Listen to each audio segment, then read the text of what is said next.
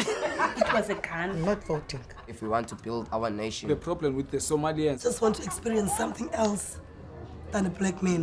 Move on, move Can't be forward. like a horse with blinkers on. Honestly say, I was about to have Corrupt sex and then I pulled crap, up. but it's nice. I'm Earnie Vosloo. I'm 23, turning 24. I'm studying BSc Animal Science. I was overseas for 4 years and I decided that if I want to do anything in life, I better get myself an education, and that's why I'm here. Okay, my name is Rosen. I'm 21 years old, going on to 22, studying music. I'm Chantelle Prince. I'm currently doing my performance licentiate, but want to study in London in the future. I think we have a beautiful country. I think it has a lot of potential, but I must honestly say that I don't pride my country at the moment, because That's something I agree with too, that we lack pride as individuals for the country that you're living in. Because if you take, for instance, when I was over in America with Americans, they're so patriotic and so driven. And even in old South Africa, where that might not be right, and apartheid and all those different digressions, whatever you might call them, people in South Africa had a lot of pride in the country and the place they were living in, and the whole pride thing was indoctrinated into you. And lots of times people will criticize the Australians and the Americans and others who have this great patriotism that they can be like, in your face. But at the end of the day, patriotism draws people to stand together and to not be idiots about it and be savages in crime and to act like, in an antisocial behavior system. If you have pride in what you do, you've got some common goal to drive you together as a whole nation. Yes, we look at all these things and we say we don't have pride in our country, but the thing is, you go to London these days or some countries like Argentina and it's also dangerous over there.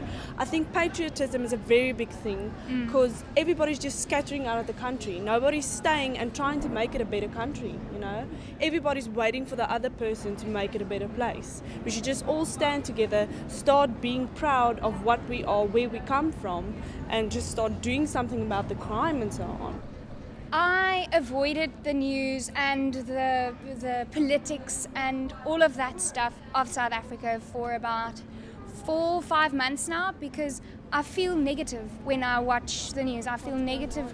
Honestly, I don't want to know about the bad things that is happening in the country, because the bad things is if you have it on a scale, bad and good, then the good things are really.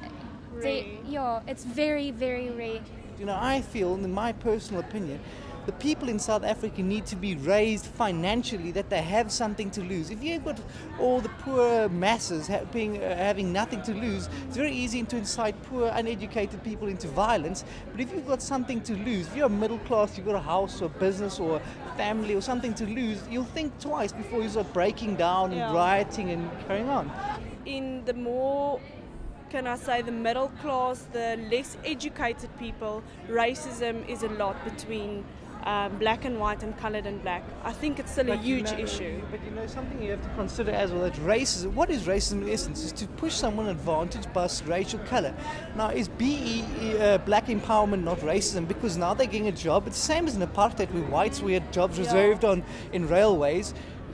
Black on white racism is racism. Any race selection or making discrepancy by race is racism.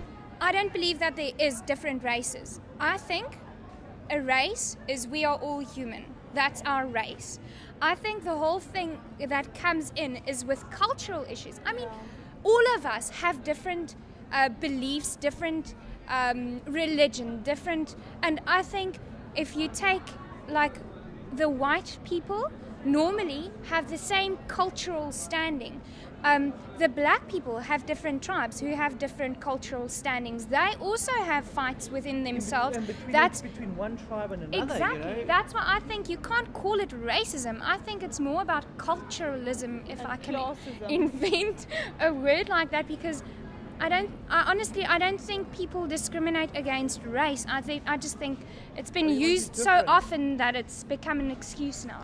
a black man or black woman who's got a successful business, who's actually making the effort, people will bend over backwards, 99% at least, to try and make an effort for that person and to help them and even to understand them. And at the end of the day, that person doesn't even really need your understanding. Because if he's successful, he doesn't need your white pity or your white guilt on him. He can do that. I don't think it's white pity. I think it's just the way that we... If I speak to a German person who has a German English accent, I'm going to speak to that person in a funny accent as well, because I work on what I receive. And if you come to me self-pitying and be like, hi, I'm gonna feel like not a better person but a bigger person, because you yourself are acting like the lesser person. Again, I don't think it has anything to do with race. It's not the way that we speak to them because they are black. It's the way that they come across, and then we portray what we feel speaking to them. I don't particularly care about Afrikaans. I am raised Afrikaans, but for me it's not a very practical language. Nobody understands it.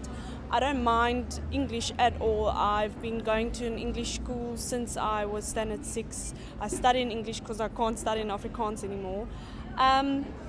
Yes, I feel a bit threatened because of the BEE thing, the fact of the job decisions. You know, if you are a black male, you are going to get a job a lot faster than a white male. They're at the bottom of the food chain at the moment. I feel threatened. And I think that digging up the whole racism thing is unfair, because we're supposed to start a new future. Stop living in the past and start living in the future. It's not about the past anymore, because the only thing they are doing now is they're recreating the past. But do you not agree that in the 70s, when we had apartheid, that was a complete Afrikaner-dominated society. But you have to always remember, in my opinion, that there are 3 sides to a story. Your side, my side, and somewhere in between in the truth, there's the truth, because we're unbiased truth.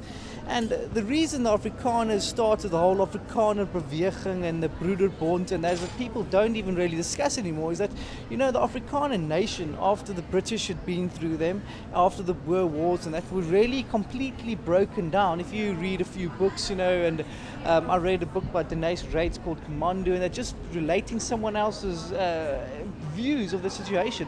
Those people were completely and utterly broken down. You can compare them to the Jews' genocide, but that's never a story ever spoken about. The Afrikaners were persecuted to the greatest extent, but they had managed through government initiatives and through a lot of their own to build themselves back up again. You had some very poor whites as well, and exactly that's how the Afrikaners, which though they might have been a smaller community, is what has to be done in South Africa with our black people as well.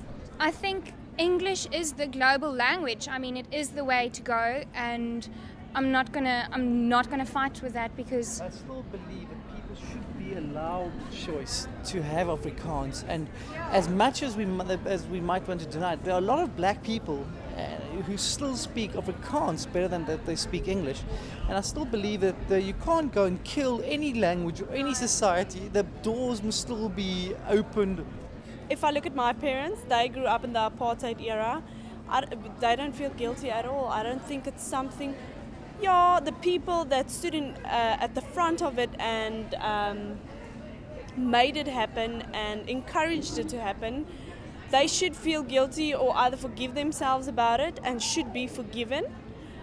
Let's just forget about all this apartheid stuff, man. Let's just move on, move forward, start a new country, start together, working together, build yourselves up, start a society that are proud of being South African. The whole rainbow nation, exactly yeah, that. We were supposed to have, 94, post-94, we were supposed to have this nation of building up, and the whole era of Mandela. Many people would claim that he came in with the bright lights and the change, and he had the easy bit, and then Thabo Mbeki came and actually had to come do the hard work. Though, in the end of the day, it takes the people to maintain that spirit and keep it going. And if you're going to need Sorry. I think that we are starting to become a zebra nation instead of a rainbow nation, and the people should forget about the whole zebra nation thing. A lot of colors, Indians, coloreds, blacks, whites. I mean, what are we all here? And everybody has got a right to live proudly South African. If you're closed-minded, just travel a bit, see the world, and learn to question what you believe. Everything that you're exposed to, whether it be to be completely liberal and to love everybody in the whole love scene, or to be completely, one-minded. Everything. You can't be like a horse with blinkers on and only see one scene of life. You have to question, why does that person believe what he does? But that's also the thing. People don't ask questions anymore. They just slick it with a lepel, if I can say it like that. Everybody's just blinded with this whole racism, apartheid thing. Just start asking the questions yourself. Start figuring it out for yourself. What is right? What is wrong? Where do we go from now? If we have leadership that lead by example, we wouldn't be in this situation where we have to question our religion, we have to question our humanity, we have to question is being a racist right or is it wrong? Because there shouldn't even be the word racist shouldn't. Racism, whether you want to call it racism or not, even in the most the countries that criticize South Africa and bring up the whole apartheid scene the most, you have to realize that wherever you go in the world, there is racial segregation, whether it be by race or whether by kind, sticking to kind. I have a boyfriend, yes, and this is very difficult. But I don't sleep around, I don't go to a club, meet a guy the same evening I'm in the bed with him. That is absolutely ridiculous and dumb, and you've got no respect for yourself. Sleeping around is dangerous. It's not just wrong in the first place morally for me, but it is stupid. STDs, pregnancy, AIDS as well. You put yourself at such a large risk, and not just with the possibility of AIDS. People need to be educated, and you need leaders and people out there who are admitting that it's out there. Jacob Zuma admitting that he had a shower afterwards is not exactly going to help the cause, is it? I hate the idea of condoms. I find it disgusting, I find this whole thing. We went to the student testing where they test your blood and everything, and when you walk in there, smack bam, it's in your face, all these posters, HIV, stay safe, Then the Catholic Church has this little poster on, we believe sex is sacred, and at the bottom, use condoms. It's so contradicting. I think just stop sleeping around, man. Start getting respect for yourself, and if you find a boyfriend and you don't trust him and you're afraid, take him and go test him for AIDS if that'll make you feel better. Can you really, if you feel that you're in a relationship where you have to be having your boyfriend tested, do you really trust him then? I've been to clubs many times, and you go out, you dance, you have a lot to drink, and everybody's hormones is raging around, and the best guys, wink at you or whatever and start talking to you. But I've never placed myself in this situation, and I never will, where I jump into the bed with that guy. Never. I won't even kiss him because that's gross. I don't know. I don't put myself in situations like that, maybe because I don't trust myself that much, or maybe because I'm scared of the situation that I could be in. But I don't put myself in situations like that. Because everybody thinks it's not going to happen to me, And that's why I'm saying it doesn't fit into my framework, because I'm sure that there is a whole group of people like me that say that it is not part of their lives as such at the moment. So I'm not only speaking for myself, but I'm also speaking for a group of people that say that I don't have sex, and condoms obviously comes with sex, so you know what I mean. My dream personally is nothing fancy, nothing great. It's quite simple, in fact. It's to be living at home where I live in the southern Drakensberg, But the comfortable, I don't want to be rich, don't want to be famous. I just want to be comfortable in a secure environment, in a secure country, knowing that what I'm doing is going to bring a change, and what is going to still be there one day. Not having to worry that maybe in 5 years' time they might decide to do a whole Zimbabwe thing and take away the land, or this is going to change, and continue to feeling like you're on the brunt of the stick, getting beaten like a dog on the end of the stick. That's my basic dream, a life of security. My dream is to sing opera in Italy, France, and just be on the stage and perform. To be able to make a difference in people's lives by singing, by acting. Yeah, so my dream is to be on Covent Garden stage, performing, and I would say my first opera should be Turandot.